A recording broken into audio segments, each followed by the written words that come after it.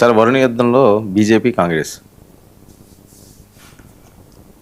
వరుణుడు కరుణించబా వరుణ దేవా నిరతమ కరుణ సురగంగ కురిపించి కరుణించవా వరుణ దేవా అని ఎన్టీఆర్ గారు రాజకోట రాష్ట్రంలో చాలా మధురమైన పాట పాడతారు ఘంటసాలతో. ఈ పాట నేను రేవంత్ రెడ్డి గారు తెలంగాణ ముఖ్యమంత్రి ఆయన నాగార్జున సాగర్ తీరంలో వరుణ యాగం చేశారు. ఇప్పుడు రేవంత్ రెడ్డి గారికి భక్తి ప్రపత్తులు ఉండొచ్చు, లేకపోతే ఆలయాలకు వెళ్ళొచ్చు, ఏదైనా చేయొచ్చు. కానీ ఒక రాష్ట్ర ముఖ్యమంత్రి అధికారిక హోదాలో వరుణ యాగాలు, లేకపోతే సర్పయాగాలు, వాస్తు యోగాలు ఇవన్నీ చేయటం నిజంగా కొంచెం ఆశ్చర్యకరమైన అంశమే. ఇక్కడ నేను దీన్ని సెకండ్ పార్ట్ చెప్తున్నా. మొదటి పార్ట్ నా పాఠం ముఖ్యం కాదు. దీన్ని బీజేపీ రాష్ట్ర అధ్యక్షుడు రామచంద్రరావు అభ్యంతరం పెడుతున్నారు. అంటే భారతదేశంలో రాజకీయాలు ఎంత తమాషగా మారిపోయాయి. హిందుత్వము, దేవతలు, మతాలు అన్న విషయాన్ని మన నాయకులు ఎంత ఇదిగా మార్చుకున్నారు. వరుణయాగం ఇప్పుడు చెయ్యటం ఏంటి అని రామచంద్రరావు అభ్యంతరం. ముందు చేసి ఉండాల్సిందంట. ముందు చేస్తుంటే ఇప్పటికే కొంచెం వానలు పడుతున్నాయి, ఇంకా ఎలాగో వానలు పడతాయని రేవంత్ రెడ్డి గారు యాగం చేశారంట. ఇది రామచంద్రరావు గారి అభ్యంతరం. అయ్యా ఎవరైనా తెలకపల్లి రావు విమర్శ చేశారంటే కొంచెం అర్థం ఉంది. రామచంద్రరావు గారు వరుణ యాగానికి అభ్యంతరం పెట్టి ఎలాగో వర్షాలు పడతాయి కాబట్టి వరుణయాగం చేశాడు ఆయన ఆరోపించడం అంటే, ఈ మాట కనుక ఇంకెవడన్నా అనుంటే వాడిని మీరు వెంటాడి వాడి మీద ఎన్ని ముద్రలు వేసుండేవాళ్ళు. ఈ తక్కువ చేశారు, కించపరిచారు ఇదంతా అని. సార్ మీరు మతాలను, దేవుళ్ళను, విశ్వాసాలు కలిగి ఉండండి, ఎవరికి అభ్యంతరాలు. కానీ కలగాపులగం చేయకండి. చేయడంలో మళ్ళీ ఒకరు ఎక్కువ ఒకరు తక్కువ అన్నట్టుగా రామచంద్ర ఇంకా చాలా చెప్పారు. ఫలానా యాగం ఫలానా అప్పుడు చేస్తుంటే బాగుండేది, ఇప్పుడు చేశారు, ఇదంతా కూడా ప్రజలను మభ్యపెట్టే ప్రయత్నం అది ఇదని. ఇందులో మళ్ళీ కొంచెం పర్సనల్ టచ్.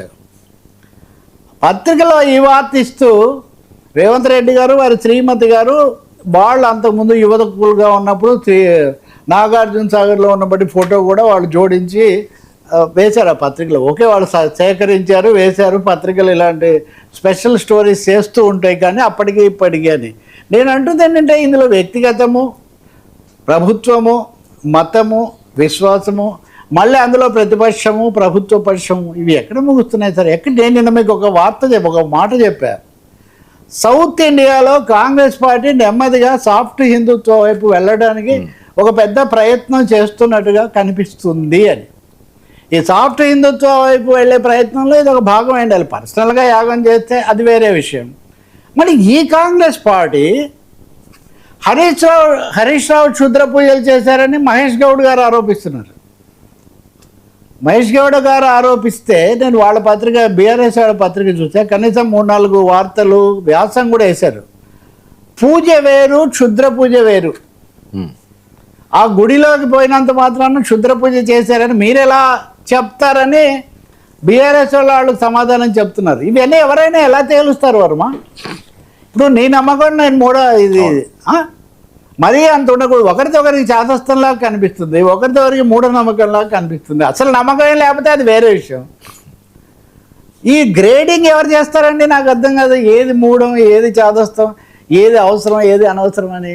అందులో మళ్ళీ ఎల్నినో ఎఫెక్ట్ చాలా ఎక్కువగా ఉంది. ప్రపంచం తల్లడిల్లిపోతుంది, జలాశయాలు తగ్గుతున్నాయి, నీళ్ళు వస్తాయో తెలియదు. ఇప్పుడు శ్రీశైలంలో చాలా ఎక్కువగా నీళ్లు ఉన్నాయనుకుంటే కొంచెం వరద తక్కుముఖం పట్టింది, మళ్ళీ పడతాయని ఎదురు చూస్తున్నారు. ఈ సమయంలో చేయాల్సింది ఏంటండి?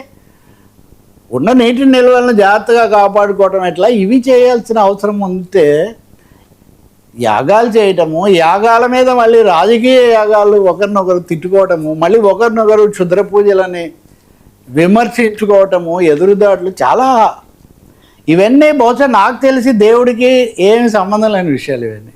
ఇవన్నీ కేవలం ఫక్తు రాజకీయ సంబంధమైన వాదనలు తప్ప ఇంకోటి కాదు. చూద్దాం మరి ఇంకేం జరుగుతుందో సార్. ఎవరిని సమర్థిస్తారో.